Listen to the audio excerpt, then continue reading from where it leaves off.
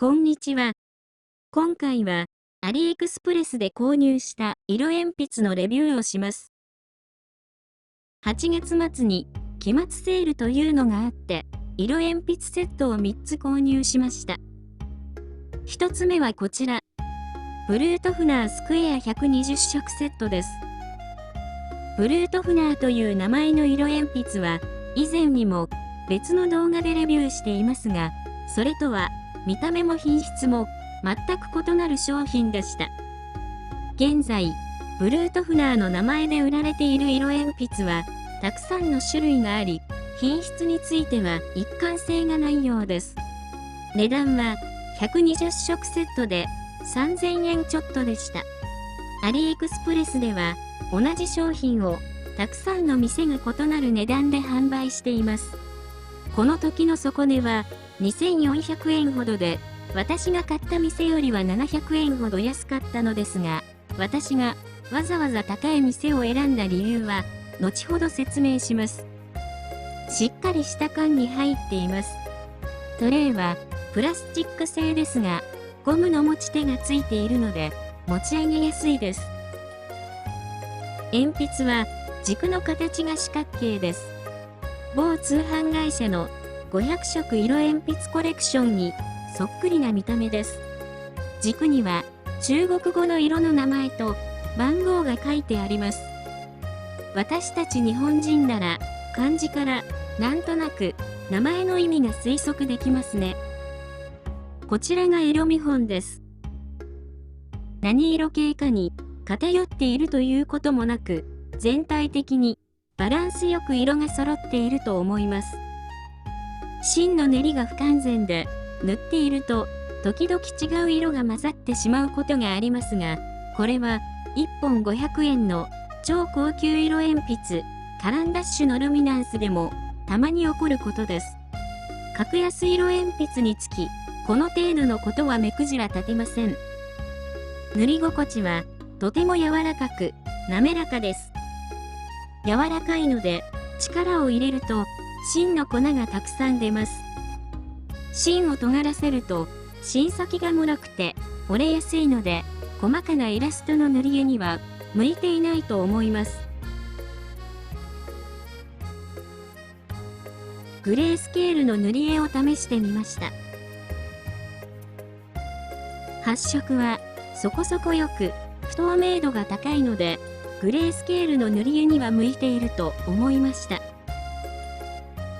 ただ、やはり雲の足のような細かい色塗りには適していないので、もっと硬い色鉛筆との併用をおすすめします。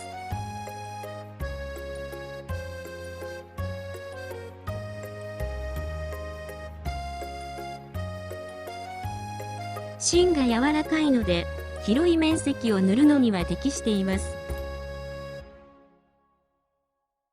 この絵は、ブルートフナースクエア色鉛筆だけで塗りました。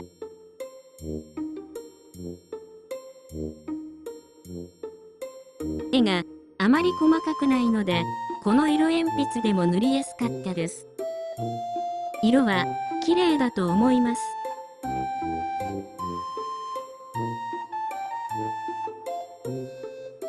ここまでレビューしてきて、この色鉛筆はあの色鉛筆にとても似ていると思いました。光霊色鉛筆です。芯の硬さは光輪の方がほんの少しだけ丈夫な気がします。色見本を並べてみると発色はほぼ同じくらいです。光霊色鉛筆セットはピンクと紫色系の色がとても多くて、色のバランスが偏っているのが欠点です。ブルートフナースクエア120色セットは光輪色鉛筆セットと被らない色があるので、保管用に購入するのもいいかもしれません。値段も光霊色鉛筆セットの半分くらいなので、コスパはいいと思います。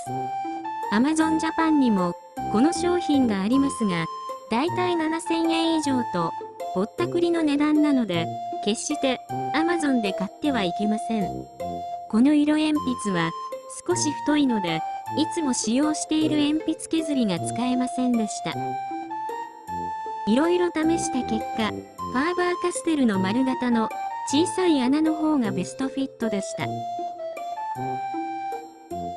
次にご紹介するのは、こちら。マルコ・ラフィネ色鉛筆です。海外 YouTuber のレビューによると、この色鉛筆は、芯が固めで、発色はそこそこいい、ということでした。黄色缶のトンボ色鉛筆が、大好きな私としては、同じような品質で、より多くの色が欲しかったので、この色鉛筆を試してみることにしました。アリエクスプレスの値段は48色セットで900円弱でした。Amazon では現在この価格で販売されています。芯は密な質感です。ファーバーカステルの赤缶のようなジャリジャリした感じはありません。紙の目をしっかりと塗りつぶすことができるので、細かい絵を塗るのに適していると思います。色見本です。トンボ色鉛筆と比較してみると、マルコ・ラフィネ色鉛筆の方が発色は少しいいように見えます。ファーバーカステルの学生グレードの色鉛筆、ゴールドファーバーと比べてみると、色見本だけ見た限りでは、マルコ・ラフィネの方がはるかに安いのにもかかわらず、発色はそんなに劣っているようには見えません。マルコ・ラフィネで塗り絵をしてみました。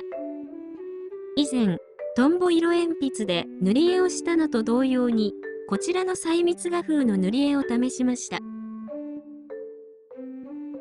芯が硬いので、細い線を描くことができます。しかし、芯が硬いからといって、決して折れにくいわけではありませんでした。芯を尖らせて力を入れて塗ると簡単に折れます。トンボ色鉛筆のように丈夫な芯ではありません。また、この色鉛筆は重ね塗りがあまりできません。特に緑色系の色は紙への定着が悪い上に上から塗った色を弾いてしまいます。重ね塗りがあまりに大変だったので諦めて葉っぱを塗るのを途中でやめてしまいました。芯の質感は密であり、硬くて、でもそんなに丈夫ではない。発色はそこそこ。重ね塗りは、頑張っても3回程度が限界。これがマルコ・ラフィネ色鉛筆の感想です。これとそっくりな色鉛筆を思い出しました。クレユラ色鉛筆です。Amazon Japan では、すごく高い値段で販売されていますが、アメリカでは120本20ドル程度で買えます。クレヨラは、あくまで値段の割には、という前提付きの品質なので、日本で高額で購入するのは全くお勧めしません。マルコ・ラフィネは、超おすすめというわけではありませんが、ステッドラーのノリスクラブや、ダーベントのアカデミー色鉛筆に比べれば、コスパを考えると、よっぽど優れていると思います。重ね塗りに適していないと言っても、使い道がないわけではありません。この塗り絵は、マーカーで、ベタ塗りした後に、マルコ・ラフィネ色鉛筆で、陰影をつけています。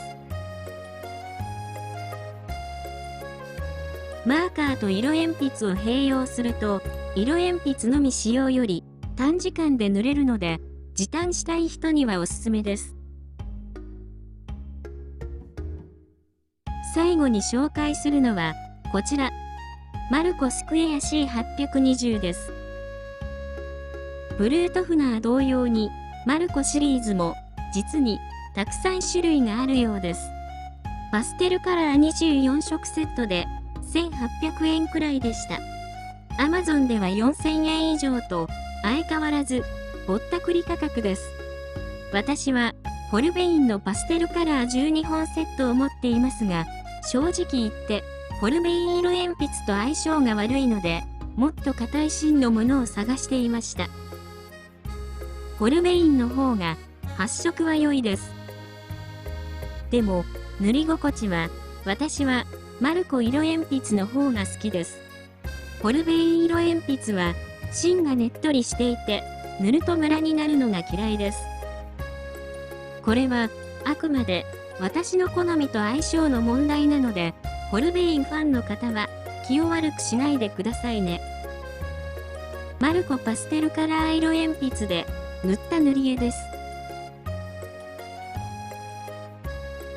発色の良さは、9大点程度ですが、芯の質感は、密で、塗り心地はスムースです。重ね塗りもそこそこできます。値段を考えると、とてもコスパが良いと思います。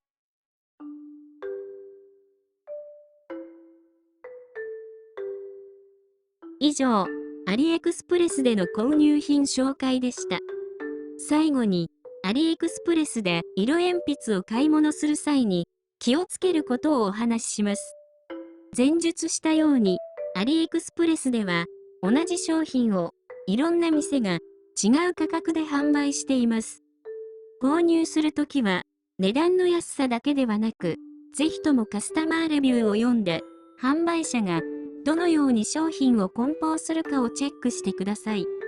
色鉛筆は衝撃にとても弱い商品なので、しっかりとしたパッキングをしてくれる販売者を選んでください。配送予定日も販売者によって異なるので、必ずチェックしてください。私の経験では、配送予定が1ヶ月以上も先になる販売者は選ばない方がいいです。商品が届かなかったり、届いても梱包がボコボコになって商品が傷ついていることが多いです。そんなわけで、少々値段が高くても、色鉛筆を買うときは、私は信用がおける、いつも同じ販売者から購入しています。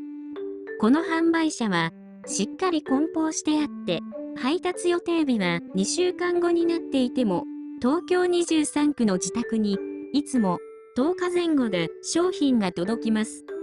中国製色鉛筆と聞くと、敬遠される方もまだ多いと思いますが、すべてが安かろう悪かろうではないと思いました。値段の割には品質がいいものもありますので、よかったら試してみてください。